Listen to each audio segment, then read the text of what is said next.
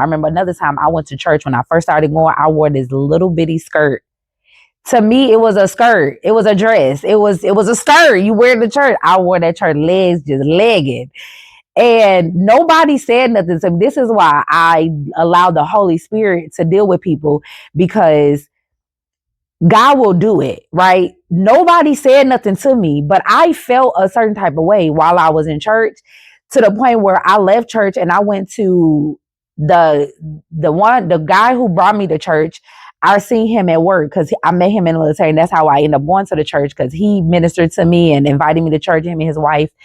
And I remember going to him and I was like, was I wrong for wearing that skirt to church? Should I not have worn my skirt? Because I don't think they came to service that Sunday. So I don't think they see me. But I remember telling him, I was like, I wore this skirt. And I told him, he was like, well, how did you feel? And I said, I don't know. I felt weird. I was like, and then that's when he started teaching me about conviction. He said, well, that was a conviction. He's like, the Holy Spirit was convicting you.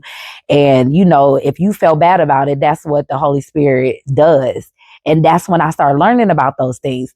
I'm saying all that to say, my foundation in God was so pure and so real that I immediately started feeling convictions. I started feeling bad about certain things.